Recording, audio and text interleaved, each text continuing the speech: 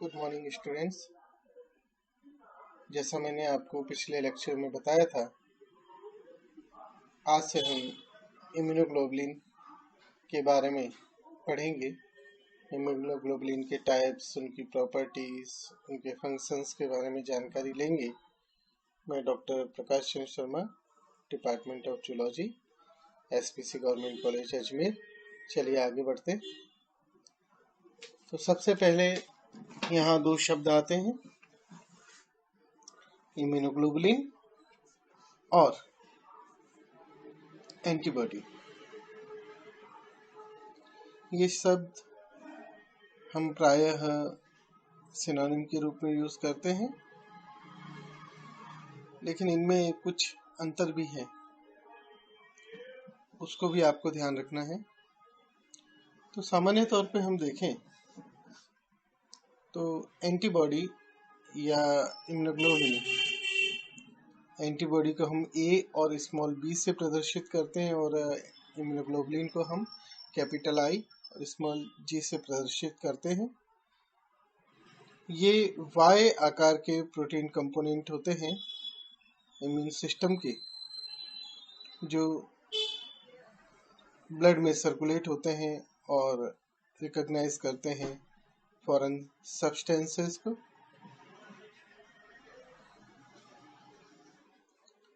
तो यहाँ पर ये आइडेंटिफाई कर रहे हैं और न्यूट्रलाइज कर रहे हैं फॉरेन ऑब्जेक्ट्स को, लाइक पैथोजेनिक बैक्टीरिया, वायरसेस आदि को। और ये जो एंटीबॉडी है, ये रिकॉग्नाइज करते हैं पैथोजन के ऊपर मौजूद यूनिक मॉलिक्यूल्स को, जिन्हें हम एंटीजन कहते हैं।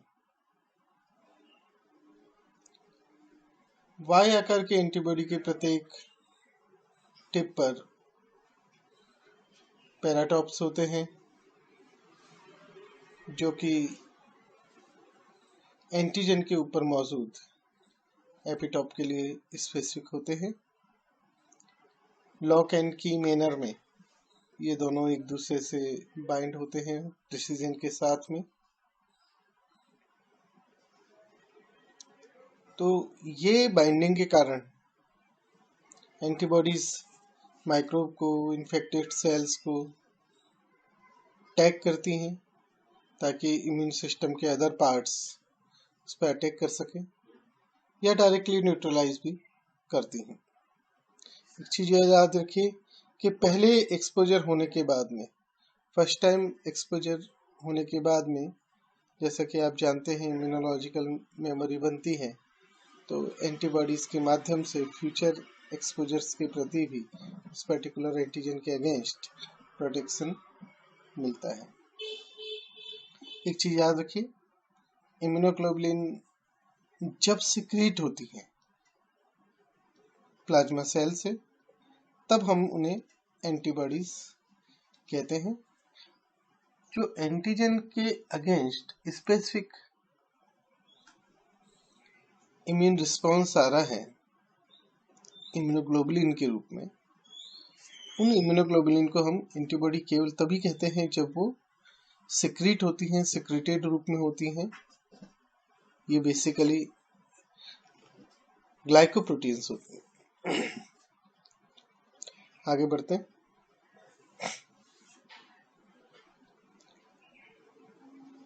जब कोई एंटीजन रिएक्ट करता है बीसीआर से, बी सेल रिसेप्टर, जो कि बीटा लिम्फोसाइट की सरफेस पे मौजूद है, तो इससे एक सिग्नल प्रोड्यूस होता है, जिसके कारण ट्रांसक्रिप्शन फैक्टर का एक्टिवेशन होता है और अल्टीमेटली एंटीबॉडीज का जो सिंथेसिस है वो स्टिमुलेट होता है।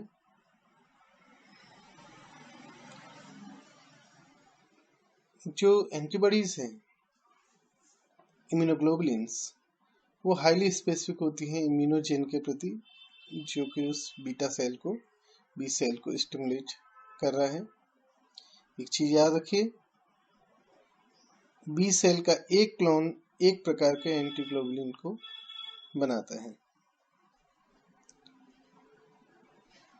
एक और चीज याद रखिए कि इम्यून सिस्टम रिमेम्बर रखता है कि क्या एंटीजन से संपर्क हुआ था, और इसका जो उत्तरदायित्व होता है वो मेमोरी बी सेल्स के पास में होता है। यहाँ आप 5 प्रकार के एंटीबॉडीज क्लासेस देखेंगे: IgM, IgG, IgA, IgE, IgD।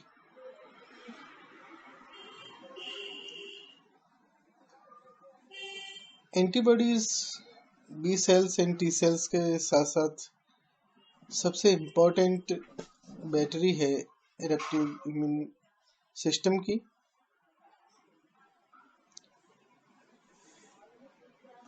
यहाँ पर आप याद रखिए, जितनी भी आपने आईजी सुपर फैमिली के मेंबर्स देखे, 5 मेंबर्स, इनकी अपनी अपनी एक स्पेसिफिक प्रॉपर्टीज होती हैं। हर एक कुछ अलग तरीके से काम करता है, आगे इनके बारे में हम डिटेल देखेंगे। लेकिन अगर हम एक सामान्य संरचना की बात करें तो एंटीबॉडीज हैवी प्रोटीन्स होती हैं 150 किलो डाल्टन से ज़्यादा की, जिनका करीब 10 नैनोमीटर के आसपास तक साइज होता है। जनरली ह्यूमन में और अधिकांश जो मैमल्स हैं उनके अंदर जो एक एंटीबॉडी यूनिट होती है उसमें 4 पॉलीपेप्टाइड चेन्स मौजूद होती हैं, 2 आइडेंटिकल हेवी चेन्स और 2 आइडेंटिकल लाइट चेन्स। ये चेन्स आपस में डाइसल्फाइड बॉन्ड से जुड़ी हुई होती हैं और light heavy light structural arrangement इनका बनता है। डिफरेंट आईजी क्लासेस में IgM, IgG, IgA, IgD, इनके अंदर आपको हैवी चेन के अंदर कुछ डिफरेंसेस देखने को मिलेंगे। हर एक चेन में कुछ सीरीज ऑफ डोमेन्स होते हैं, कुछ 110 अमीनो एसिड के आसपास की सीक्वेंस होती हैं, इन्हें हम डोमेन कहते हैं। जैसे करीब 4 से 5 डोमेन हैवी चेन में होते हैं और लाइट चेन में करीब 2 डोमेन पाए जाते हैं। लाइट चेन में हम बात करें तो एक वेरिएबल डोमेन होता है और इसके अलावा एक कांस्टेंट डोमेन होता है, और हैवी चेन में एक वेरिएबल डोमेन होता है और 3 से 4 कांस्टेंट डोमेन हो सकते हैं। एक अन्य रूप से हम देखें तो स्ट्रक्चरली एंटीबॉडी को हम पार्टीशन कर सकते हैं 2 एंटीजन बाइंडिंग फ्रेगमेंट के रूप में, जिन्हें हम FAB कहते हैं। AB मतलब एंटीजन बाइंडिंग। तो यहाँ पर 2 एंटीजन बाइंडिंग फैब रीजन हैं, जहाँ पर आपको चेन्स फर्दर फोल्डेड दिखाई देंगे डोमेन के रूप में। इस एंटीजन बाइंडिंग फ्रेगमेंट FAB के अंदर एक वेरिएबल लाइट चेन डोमेन होता है, एक वेरिएबल हैवी चेन डोमेन होता है, एक कांस्टेंट लाइट चेन और एक कांस्टेंट हैवी चेन डोमेन मौजूद होता है। इसके अलावा जो दूसरा रीजन है एंटीबॉडी का, उसको हम FC रीजन कहते हैं। C for क्रिस्टलाइजेबल।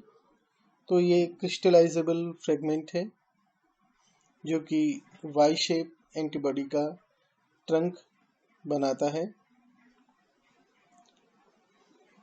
इन दोनों के बीच FAB और FC के बीच में हिंज रीजन मौजूद होता है हैवी चेन का। जो कि फ्लेक्सिबिलिटी प्रदान करता है एंटीबॉडी को, ताकि वो एपिटॉप से अच्छी तरीके से कॉम्प्लेक्सेस फॉर्म कर सके। अगर हम एंटीबॉडी मॉलिक्यूल को पेपेन से क्लीव करते हैं तो ये क्लीवेज वहाँ होता है जहाँ डाइसल्फाइड बॉन्ड हेवी चेन को बांध रहे हैं, तो हमें वहाँ पर 2 FAB फ्रेगमेंट एंटीजन बाइंडिंग और एक FC रीजन फ्रेगमेंट क्रिस्टलाइजेबल आसानी से प्राप्त हो जाता है। जबकि पेप्सिन से अगर हम क्लीवेज करते हैं तो वहाँ अलग प्रकार से हमें FAB और FC रीजन प्राप्त होते हैं। इसके अलावा एंटीबॉडी में आप देखेंगे तो जो सबसे इम्पोर्टेंट रीजन है जिसे हम एंटीजन बाइंडिंग साइट कहते हैं, ये FAB का एक सब रीजन है और हर एक वेरिएबल डोमेन में यहाँ पर जो मौजूद है उसमें 3 हाइपर वेरिएबल HVR रीजन मौजूद होते हैं। यहाँ पर एमिनो एसिड की जो सीक्वेंस है एंटीबॉडी टू एंटीबॉडी वेरी करती हुई हमें दिखाई देती है, और एक प्रकार का जो एंटीबॉडी क्लोन है सब में एक जैसी होगी, लेकिन एंटीबॉडी टू एंटीबॉडी डिफरेंसेस देखने को मिलेंगे। यहाँ पर बीटा स्ट्रैंड के 3 लूप्स आपको देखने को मिलेंगे। इन लूप्स को हम कंप्लीमेंटरिटी डिटरमाइनिंग रीजन CDR कहते हैं। ये हर एक लाइट और हेवी चेन के लिए ये चीज़ आपको देखने को मिलेगी।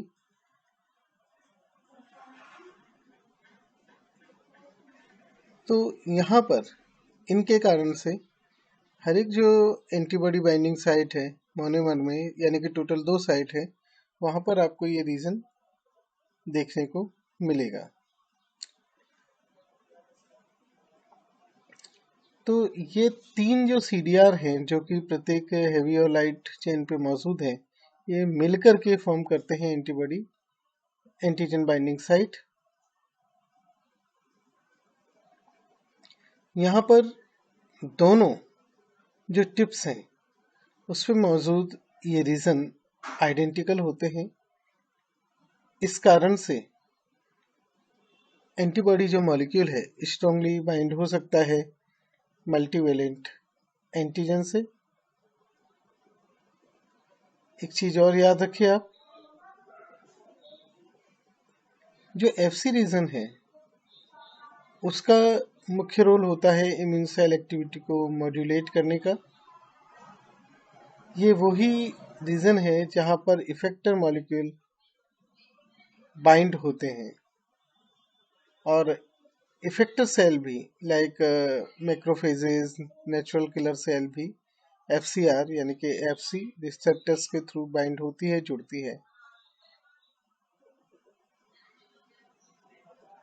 हर एक जो FC रीजन है उसका एक और इम्पोर्टेंट बात रखिएगा कि प्रत्येक जो एंटीबॉडी है वो एक से ज़्यादा फंक्शन रखता है। जनरली ये बाई फंक्शनल होते हैं,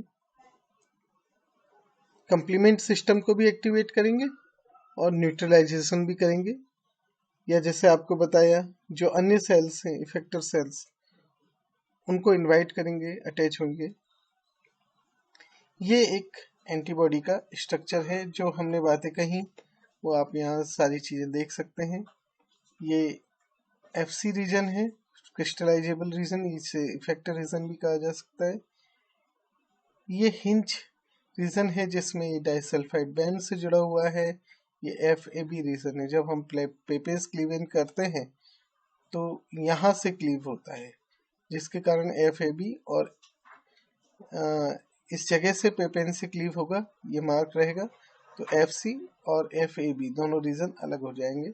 वेरिएबल एंड कांस्टेंट डोमेन आप देख चुके हैं, और हर एक जैसे कि आपको बताया हैवी चेन का और लाइट चेन का जो वेरिएबल डोमेन है उसके अंदर तीन CDR H1, H2, H3, CDR L1, L2, L3 ये हाइपर वेरिएबल रीजन है जो कि मिल करके एंटीजन बाइंडिंग साइट बनाते हैं। और अगर आप पांचों क्लासेस की बात करें, इसके बारे में हम अगली क्लास में विस्तार से जानने वाले हैं कि अलग अलग जो क्लासेस हैं एंटीबॉडीज़ की वो कैसी होती है, उनकी स्ट्रक्चर किस तरीके का होता है और किस तरीके से वो फंक्शन करती हैं। फिलहाल आज हम जनरल जो आइडिया हमने एंटीबॉडी के बारे में लिया है उसी को समाप्त करते हैं।